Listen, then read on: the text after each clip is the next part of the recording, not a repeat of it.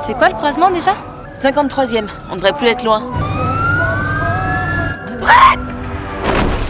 Les pompiers se rendent aussitôt sur le lieu de l'accident de voiture pour porter secours. Ils découvrent une large brèche brisée sur la vitre de la voiture.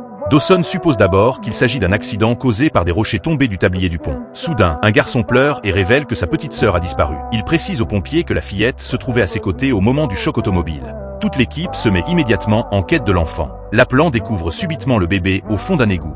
Oh mon Dieu! Je l'ai! Elle est en vie! Merci, monsieur. J'en reviens pas qu'elle soit indemne. Voyant que la petite fille ne présente aucune blessure, tout le monde est soulagé d'un grand poids. Pourtant Dawson, presque ce sauvetage miraculeux, comporte des anomalies. Après avoir évacué les blessés vers l'hôpital, Dawson revient sur les lieux de l'accident pour analyser les indices, et constate que la zone où les pierres auraient dû tomber est très éloignée du pont supérieur. Elle comprend alors que l'affaire n'est pas un simple accident. Salut Brett. Qu'est-ce que tu fais?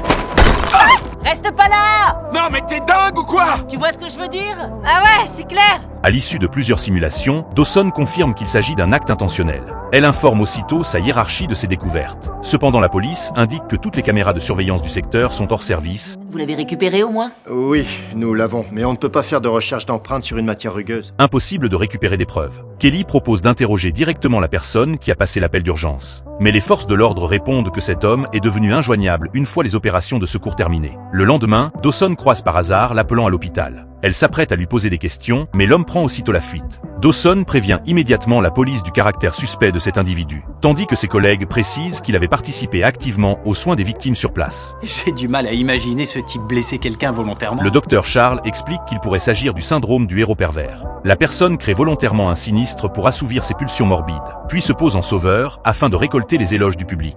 Si c'est le cas, il est vraiment dingue.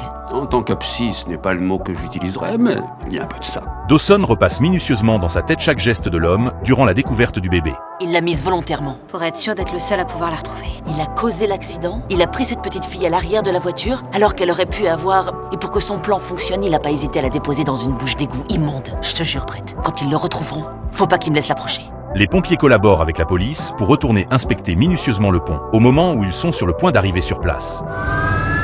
Brett!